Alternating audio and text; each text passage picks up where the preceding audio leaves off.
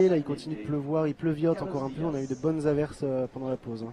Oui, parfaitement. Alors sur des chevaux un petit peu fatigués comme ça, c'est important qu'ils trouvent bien leurs appuis. Donc il faut que les cavaliers soient vigilants sur le tracé. Il faut réussir en permanence à chercher la perpendiculaire des obstacles pour chercher de la symétrie dans la poussée des postérieurs et augmenter les trajectoires pour éviter les fautes. Voilà. Un chef de piste qui aime bien la largeur sur les auxerres en plus, d'après ce que nous disait Astier ce matin, qui était à votre place. Carlos Diaz Fernandez, c'est l'Espagne avec Senet 33-17 anglo-arabe pour ce mâle, fils de Grillo de Mara, le petit-fils de Bam Bam. Un cross un peu compliqué avec plus de 80 points, 62 au dressage, ça fait 142,5, il est 51e. C'est lui donc qui est en queue de classement après le parcours de cross. Ils étaient 59 au départ, les 7 ans, ils ne sont plus que 51, puisqu'on a eu hier 1, 2, 3, 4, 5, 6 chevaux qui n'ont pas terminé le cross, un cheval qui n'a pas présenté la visite ce matin, et le cheval de la Finlandaise Sanna Siltakorpi qui lui a été refusé. C'était le seul cheval refusé ce matin pour cause d'irrégularité. Donc là, c'est aussi, on en parlait hier, un vrai test, la visite veto. On laisse pas repartir un cheval sur lequel on peut avoir des doutes. D'autant plus sur des jeunes chevaux qui sont quand même un tout petit peu plus douillés que des vieux chevaux qui ont l'habitude, qui sont quand même plus résistants.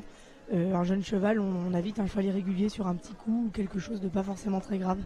Donc la visite, c'est vraiment quelque chose qui se prépare. Nous, on était aux écuries à 5h30 ce matin pour voir vérifier que tout aille bien, pour les dérouiller un petit peu. Et pour les marches, on les marche avant la visite, évidemment.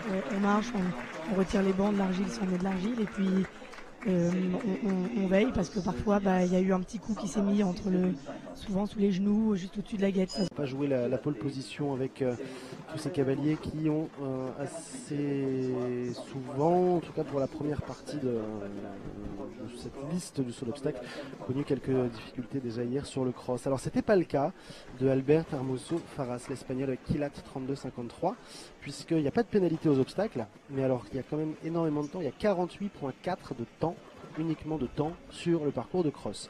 Donc ce qui fait un total de 110,5 pour l'espagnol avant de partir avec cet entier, le fils de Qatar de Clapé.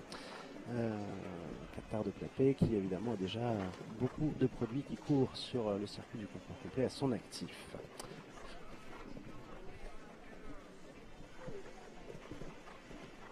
Les Espagnols qui étaient un petit peu à la peine sur ce mondial, ils sont très très loin. On a vu un cheval qui avait du mal hier à garder sa cadence, qui est parti un petit peu doucement déjà et puis qui a fini un petit peu émoussé, mais qui finalement sur les barres pour l'instant semble pas du tout fatigué. Tonique, c'est ce qu'on disait hier, c'est un cheval qui a une petite amplitude, qui pour le moment a l'air assez tonique. Voilà. C'est souvent le souci de ces grands chevaux qui galopent fort, c'est qu'ils sont un petit peu ouverts sur les barres, et puis à l'inverse, ces petits chevaux qui sont compacts sont plus faciles à monter. C'est un joli parcours en tout cas qu'Albert est en train de faire. L'Espagnol, on sent qu'il le connaît bien et il essaye de caler ses contrats de foulée en fonction de l'amplitude du cheval. Et pour l'instant, tout va bien. Il reste un obstacle. Le temps accordé, c'est 82 secondes. On n'avait pas parlé. Et il va être dans le temps et sans pénalité. Donc, on gardera le total de 110,2.